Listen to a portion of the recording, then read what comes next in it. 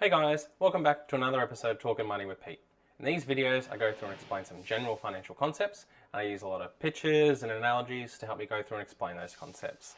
In a lot of previous videos, we've been talking about the general concept of salary packaging. What is it and how does it work? So we're going to be continuing that today, and we're going to be going through and talking about salary sacrificing, specifically for local government employees. So let's go through and get stuck in.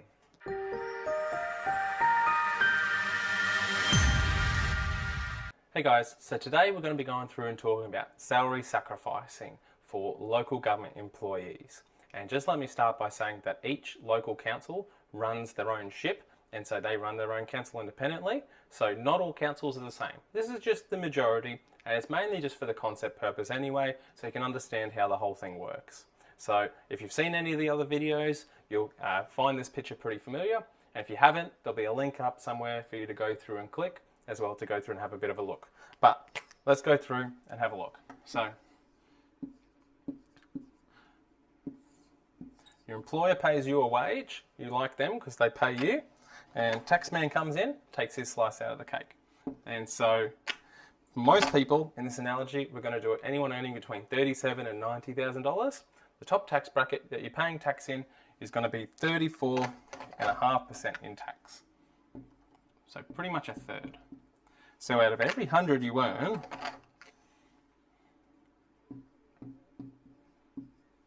giving away about a third, you got 65, 50, go through, spend on food, groceries, all that sort of stuff.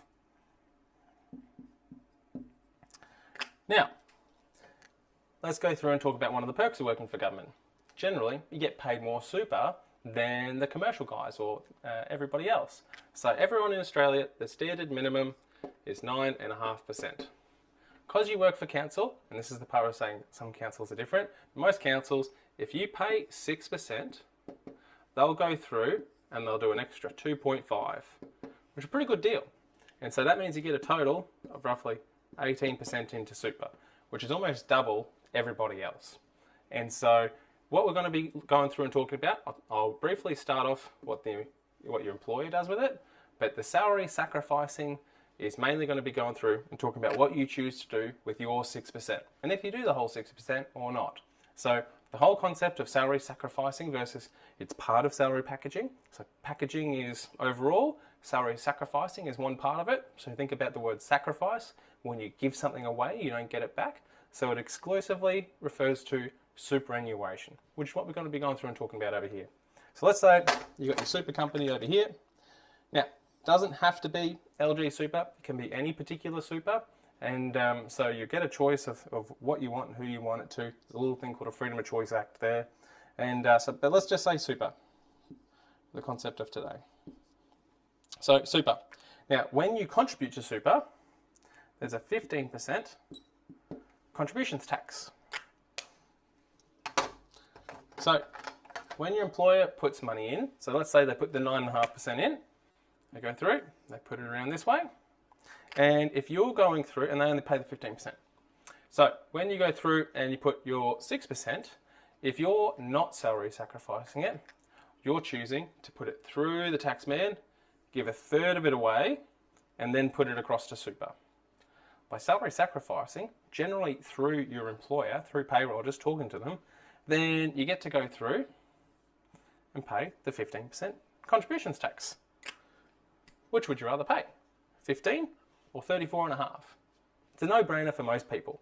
There's a lot of ifs, buts, and maybes. The short answer is it depends. If you've somehow got your taxable income down really low and you only pay 10 and you only earn 10 grand a year and you don't pay any tax, 0 or 15, choose 0. So it's just about making sure you take up the correct entitlements from your employer to make sure you're getting the most out of it. It's a good idea for a lot of people, but not for everybody. And that's why on the bottom of lots of the forms, there's a little asterisk that says, please seek independent advice. And so companies like us are those magic fairies that you never really see. And so we've got a great team of staff, of licensed financial advisors that you can go through and speak to, and you can talk to them about whether this is a good idea for you or not, and for your exact situation. We'll talk more about that at the end. But the last little part, so essentially this is what you get to choose. You get to choose how you want to do it. And then because you do 6%, most governments will go through, give you an extra 2.5, which is a good deal. So that's the whole concept of what we're talking about today. Hope it helps. Hey guys, hope you found that video interesting, and I hope it showed you something you didn't possibly know before.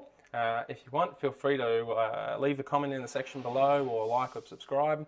The number should be coming up down below, and we've got a great team that can go through and help you figure out whether this is something that you should be doing or not.